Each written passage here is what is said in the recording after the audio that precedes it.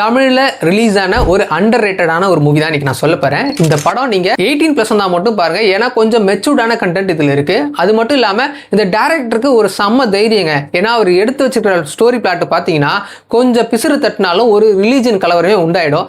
ஆனா அந்த ஸ்டோரியை வச்சு எந்த அளவுக்கு அவரு ஜாக்கிரதையா ஸ்டோரியை கையாளுமோ அந்த அளவுக்கு ஜாக்கிரதையா அந்த படத்தை எடுத்து வச்சிருக்காரு. படத்தோட ஸ்டோரி என்னன்னு பாத்தீங்கன்னா, ஒரு நன்னு இருக்காங்க. அவங்க ஒரு சின்ன வயசு நன்னு ஒரு கான்வென்ட்ல இருந்து ரொம்ப வருஷம் கழிச்சு வெளியில வராங்க. வெளியில வந்து சென்னையில அவங்க ரிலேட்டிவ் ஒரு பொண்ணு வீட்டுக்கு போறாங்க. அந்த பொண்ணு அவங்க ஃப்ரெண்ட்ஸும் அவங்க வாடகை இருக்காங்க. அங்க போனதுக்கு அப்புறம் ஆரம்பத்துல ரொம்ப ஆர்த்தடாக்ஸா இருக்கிற அந்த நன்னு போக போக அந்த ஃப்ரெண்ட்ஸோட ஆக்டிவிட்டிஸ் எல்லாம் பார்க்க ஒரு கட்டத்துக்கு மேல அவங்களுக்குள்ளவே சபலம் உருவாக ஆகுது. ஒரு கட்டத்துக்கு மேல அந்த நன்னோட வாழ்க்கையை விட்டுட்டு இந்த உலக வாழ்க்கையை வாழ்ந்துடலான்ற ஒரு எண்ணமும் அவங்களுக்கு தோணுது. அந்த எண்ணத்தை போக்குறதுக்காக கடவுள்கிட்ட போய் வேண்டுறாங்க. அதுக்கப்புறம் என்னென்ன சம்பவம் நடக்குதுன்றது அந்த படத்தோட கிளைமேக்ஸ். படம் கொஞ்சம் ஸ்லோவா தான் போகும். ஆனா கிளைமேக்ஸ்ல அவங்க சொன்ன ஒரு சில விஷயம் எல்லாம் பாத்தீங்கன்னா இந்த மாதிரிலாம் இருக்கா என்ற ஒரு பிரமிப்போட நம்மள பார்க்க வைக்கும். அது மட்டும் இல்லாம பாத்தீங்க அப்படின்னா கிளைமேக்ஸ் கொஞ்சம் குழப்பமா முடிச்சிருந்தாலும் படம் பார்க்கிறதுக்கு வித்தியாசமா இருந்துச்சுங்க. படத்தோட பேரு மரியா. 2025 ரிலீஸ் ஆன இந்த படம் ஷார்ட் ஃபிக்ஸ்ல இப்ப ஸ்ட்ரீமிங் ஆயிட்டு இருக்கு. சோ மிஸ் பண்ணாம இந்த படத்தை ட்ரை பண்ணி பாருங்க.